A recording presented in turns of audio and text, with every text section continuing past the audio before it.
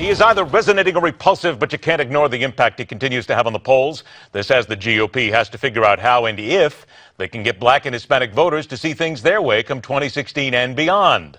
Let's answer the midweek news call with Trump and a whole lot more. Welcome back the veteran broadcaster, co-host, and executive producer at Close Encounter TV, Lisa Janodvitz, along with veteran syndicated radio talker and Newsmax political analyst, Larry Elder. I thank you both for joining us. Larry, I'm going to come to you first on this because in Cleveland, Ohio, the Republican National Committee is launching a big bid, 4 weeks in Ohio, to outreach and convince black voters, Democrats specifically, that we are the party for you in 2016. What have they got to do to convince them, Larry? Because thus far, it doesn't seem as if they've done enough. It sure doesn't. 95% of blacks voted for Barack Obama, despite the fact that black poverty is up, the black middle class net worth is down, black income is down, the labor force participation rate, the percentage of blacks who are working or seeking work, hasn't been this low since 1977. Obama has done everything but hit the black community with a stick. And if the Republicans put out these facts, I think that some blacks may rethink their loyalty to the Democratic Party. But they have to be unafraid to put out these facts and to call Obama an economic failure, which is what he's been. Wait a minute. Why would they be afraid, though, Larry? We've seen this now. The president hasn't been in office for 6 days. It's been 6, 7 years at this point, and everything else that's happened since the 1960s. What is it going to take, though, for the Republicans to do? What you're talking about is the same thing they've done for decades.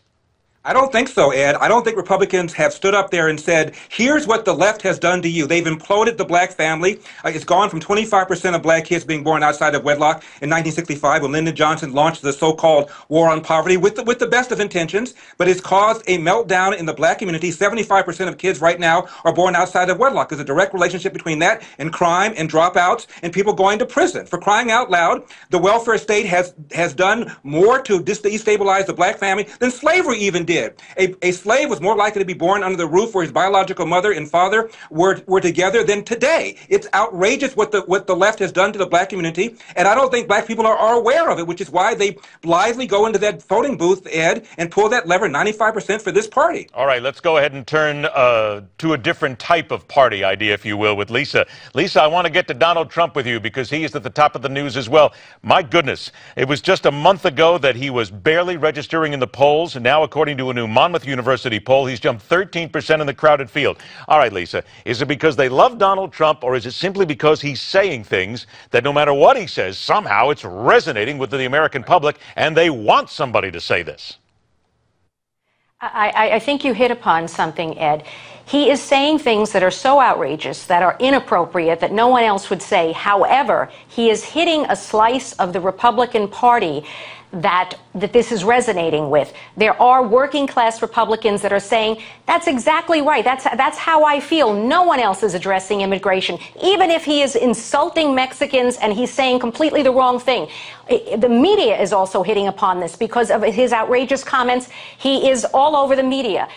That given, though, he can actually harm the Republican Party because the Republicans do need to, it's a crucial need for them to build a bridge to the Hispanic voters. And by him saying these things, not only is he given the chance, most likely, to articulate his views on the national stage with the debates, but again, Republicans are having to get out there to say, no, we are here for minorities. We are here for the Hispanics.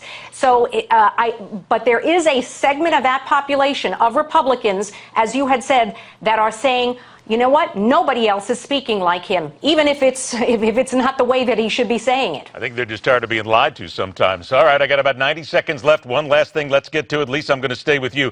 The Atlanta NAACP chapter wants the removal of the Confederate sculpture in a public park. This is Stone Mountain Park.